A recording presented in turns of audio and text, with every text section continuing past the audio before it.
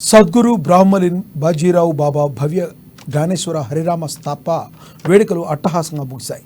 బేల మండలంలోని గోడ గ్రామంలో సప్తాహ వేడుకలు వారం రోజుల పాటు కొనసాగాయి. స్థానిక హనుమాన్ ఆలయంలో కలిస ఘటస్థాపన చేసి సప్తాహ వేడుకలను ప్రారంభించగా వారం రోజుల పాటు నిర్విరామంగా వీణావాదన గావించారు. ప్రతి నిత్యం ఉదయం ప్రభావిత పేరిట నిర్వహించగా మహిళలు రంగురంగుల ముగ్గులు వేసి దీపాలు వెలిగించి స్వాగతం పలికారు. నిత్యం ధ్యాన, కీర్తన, ప్రవచన, హరిపాట్ వంటి సాంస్కృతిక ఆధ్యాత్మిక కార్యక్రమాలతో గ్రామంలో ఆధ్యాత్మిక శోభ సంతరించుకుంది. ముగింపు సందర్భంగా జ్ఞానేశ్వర్, నివృత్తి, సోపాన, ముక్తాబాయి దేవతామూర్తుల వేషధారణలో ఉన్న చిన్నారును రథం పైన ఊరేగించారు.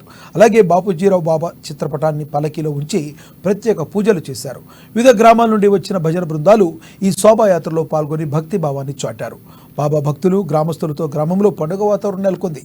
శోభాయాత్ర అనంతరం దహిహండి కాల నిర్వహించి అన్నదాన కార్యక్రమం ఏర్పాటు చేశారు.